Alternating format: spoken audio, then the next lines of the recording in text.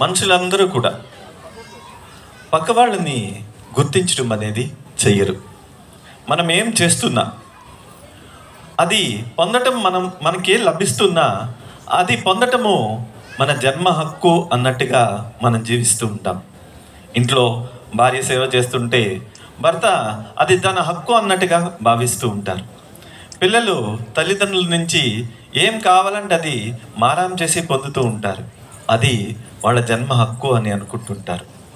ఇట్లాగా మనకి ఏం లభిస్తున్నా, ఒక పాల ప్యాకెట్ కొనుక్కున్నా, ఇక్కడ క్యాబ్లో వచ్చినా, ఆటోలో వచ్చినా, ఒక కారులో వచ్చినా, బైక్లో వచ్చినా, ఎలా వచ్చినా ఇది నాది, నేను పొందాను అని అనుకుంటుంటారు.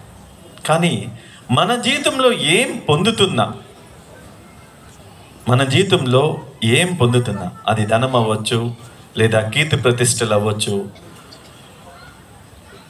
భోగ భాగ్యాలు అవ్వచ్చు, విలాసాలు అవ్వచ్చు, మనకి ఏమి లభిస్తున్నా ఈ విశ్వమంతా దాంట్లో ఇమిడి ఉంది అన్నది తెలుసుకుంటూ ఉన్నప్పుడు మన హృదయము పక్కవాళ్ళ యొక్క శ్రమని గుర్తించటము ఆరంభిస్తుంది. ఒక భర్త బయట పనిచేస్తూ వచ్చి ఇంట్లో తను సంపాదించిన సంపాదనతోని ఇల్లు నిర్వహించమని భార్యకు చెప్తూ ఉంటే అది ఎంత కష్టమో, భర్తకి ఎంత కష్టమో, భార్యకి అంత కష్టమో, ఇద్దరు వారి వారి కష్టాలని గుర్తించటము అనేది జరుగుతూ ఉంటుంది. ఎప్పుడైతే మన జీవితంలో మనం ఏం పొందుతున్నామో అని గమనిస్తూ ఉంటే ఈ విశ్వం అంతా దాని వెనక నుండి నడిపిస్తుంది అని గుర్తిస్తాం. ఒక సముద్రంలో అల వచ్చింది అంటే అలకి తన యొక్క వేరైన అస్తిత్వం లేదు. ఆ సముద్రంలో భాగమే అల. అలాగా ఈ చైతన్యంలో మనమందరము మనుషులుగా అస్తిత్వము కలిగి ఉందాం.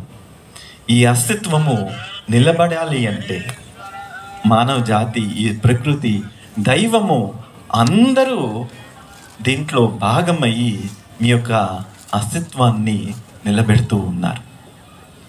ఒక కప్పుతో ఉదయాన్నే లేచి మీరు కాఫీ తాగుతున్నారంటే విశ్వం అంతా దాంట్లో కనిపిస్తుంది.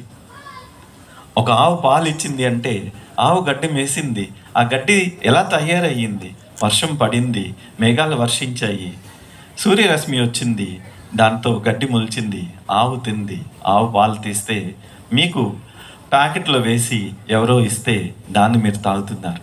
మీరు అనుకుంటున్నారు మీరు ఇచ్చే 50 రూపాయలు ఆ పాలు వచ్చాయని. లేదు, ఈ విశ్వం అంతా దాంట్లో కనిపిస్తుంది.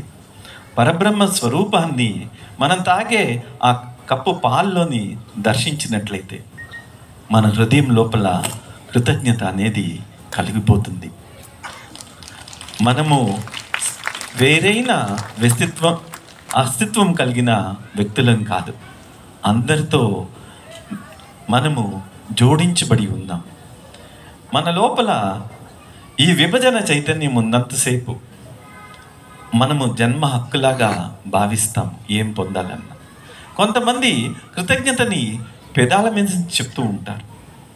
నిజంగా కృతజ్ఞత అనేది ఒక భావముగా హృదయంలోంచి మీకు కలుగుతూ ఉంటే మీతోటే ఆ దివ్య చైతన్యము, పరంజ్యోతి చైతన్యము, అమ్మ భగవాన్ మీతో ఇక్కడే ఇప్పుడే అనుభూతి చెందుతారు. ఆ భావము ఇన్నాళ్ళు మన జీవితంలో ఎన్నో పొందాం.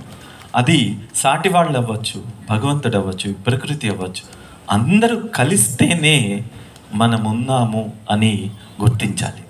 ఆ సమయంలో అణువున మన శరీరంలో కృతజ్ఞత అనేది నిండిపోతుంది. అలాంటి ఒక కృతజ్ఞత మనకి కలగాలి. అప్పుడు మీతో అమ్మ భగవాన్ శాశ్వతంగా ఉండిపోతారు.